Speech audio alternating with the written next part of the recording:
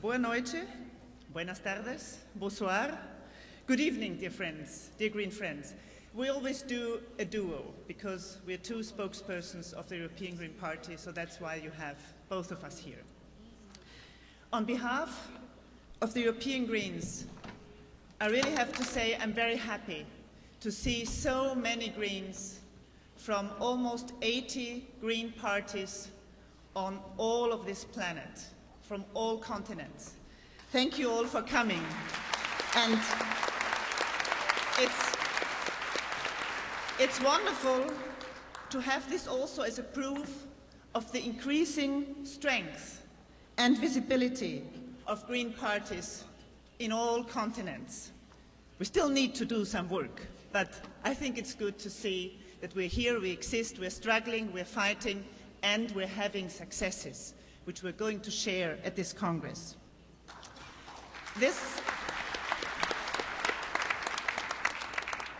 To hold this Congress at this time in Brazil, I think is a very special moment for Greens. One of the reasons is that the topic which is basically ours and fundamentally, environment, ecology, climate change, by now is top news all over the world, which is good for us on the one side and not so good for us on the other one. It's good because it's clear that it has been our success and that of many people in civil society to make it a top news. On the other hand, now everybody is talking about it. All of the parties, all the scientists, everybody, and many of the politicians are just paying lip service. So it's really up to us to push everyone to make change happen, because we are the ones who have the solutions. And it's also a special moment to be here and to have this Global Greens Congress because of the scandal of the hunger and food crisis we are facing on this planet at this moment. For many of us, it's not something new. Many of us who have been in politics, in international affairs for a long time, know that hunger and poverty is something many of us have been struggling against for decades.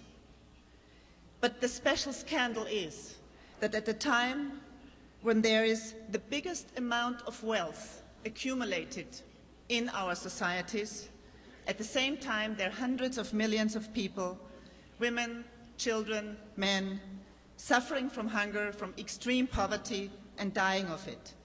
And one of the reasons is because fertile land is being used for the production of agrofuels, to fill car tanks, and not to fill people's plates and bowls in their stomachs. This is the scandal in the 21st century. And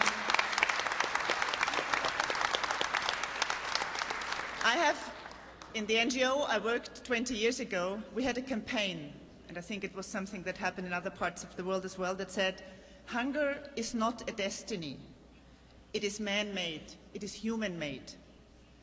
And that is something why I think it has to fill us with anger, that still is the case, and that food security is not the main topic on the economic and political agenda of politicians in this world. Let me say something also because we're here in Brazil. I think the government Brazil has been doing a lot to support people to get out of poverty. The Zero Fome, the Zero Hunger program, is something that made children go to school instead of having to work for income for its people. So I think there has been quite a lot of things achieved. On the other hand, we also know, and we know with the Partido Verde, that there's still a lot to do, especially to save the Amazonia, the green lung of this earth. So this special moment, this hunger crisis, is something that also reminds us that the Millennium Development Goals will not be achieved if starvation is not stopped, because then children will not be able to go to school, women's empowerment will not work, there will not be enough people really getting the health they need, etc. We Greens put these topics on the agenda, and we have solutions for it. Why do we have the solutions? Because we are the ones who come from all kinds of different movements, be it the peace movement, non-violent movement, solidarity movement, environmental, feminist, all kinds of other movements. And we have 3 pillars for our politics. It's not just the environment and the ecology, which is one important point for us, the one where we really unite, where we sort of started with. But we also have social justice as one of our main aspects. And we have human rights and democracy. And it's clear that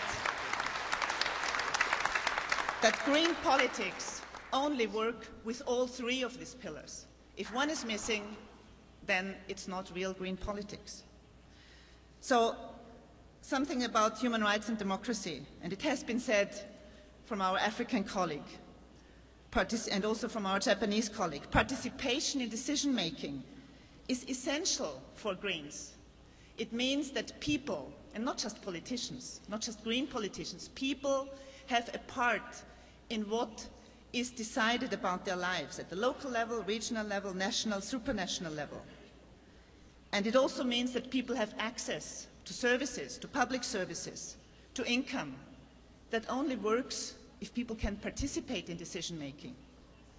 And part of our human rights and democracy politics also means that we appreciate and foment the richness of diversity among humans, and that we struggle against human rights violations wherever they happen, and whatever interests business and transnationals have. We struggle against human rights violations, be it, to just mention a few, in Tibet, in Darfur, in Colombia, or in all other places of this world.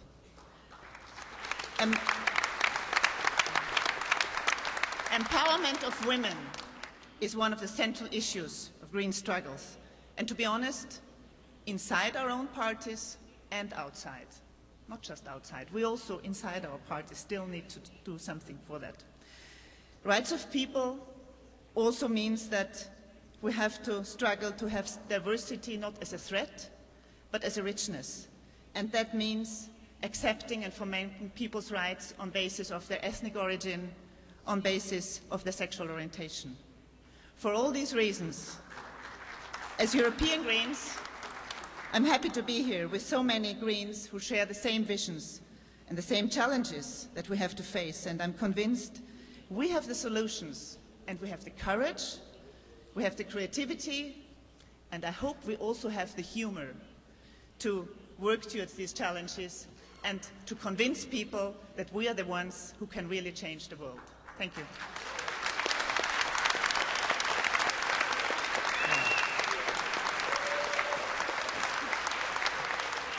Okay, let's test the humor immediately. I feel like I'm here just to ensure gender balance in the speakers. Now, why are we here, my friends? Well, is it to make a big media splash? Is it to congratulate ourselves on how just and how right our vision is?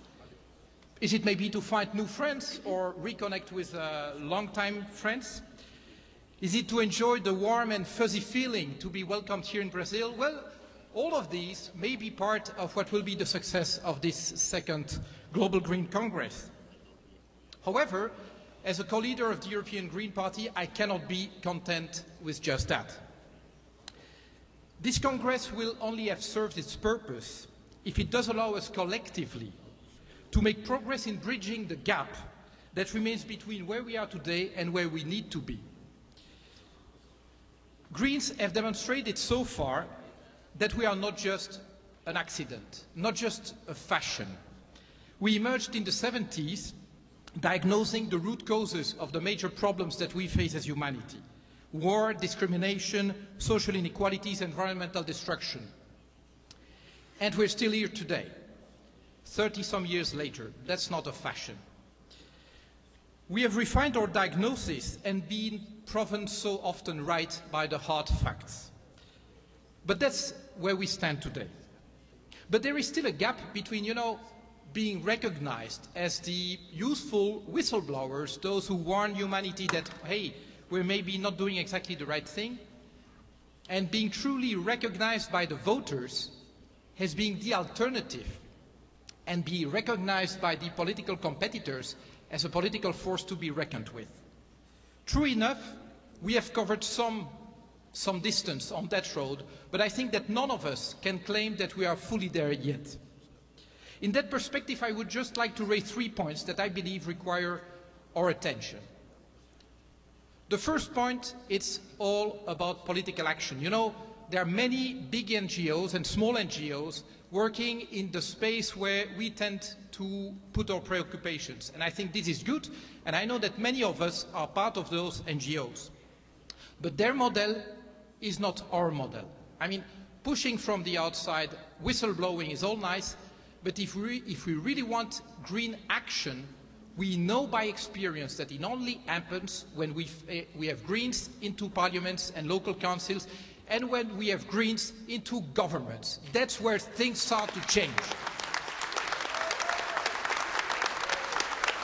You know, I'm an engineer by training, and I did some chemistry, and I know that to be a catalyst, you need to be into the reaction, not just outside of it.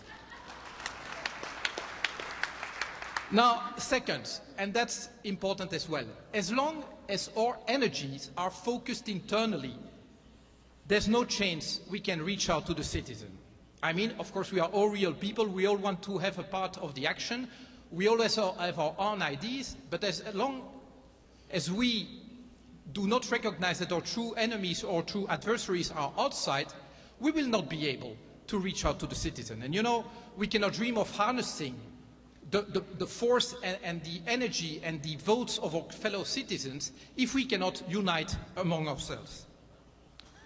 And then, you know, and Ulrike said it, it's not just about diagnosing the wrongs of this society, it's all about solutions. And there we know that it's hard. It's hard to find solutions that really cover the complexity of our world, and that nevertheless can be acted upon now by governments, by enterprises, by organizations, but also by individuals like us all. I mean, it's hard to bridge the gap between the two, but this is something we need to do in order to be recognized as a credible alternative. Now, that said, I believe that if we are able to work really seriously on these 3 points, then I think that we will really become the party of choice for all of our fellow citizens who, one, believe that they cannot just be happy all alone, forgetting all their fellow human beings, and those who believe that we need to change. And if I didn't believe that we are the ones best placed to meet that challenge, I would simply not be here. I'm looking forward and wish us all a very fruitful Congress, and one that will see us all coming back home full of energy, full of new ideas, because again, well, we know that we have to think globally, but you know that it's locally that the action must take place if we want our vision to prevail. Thank you.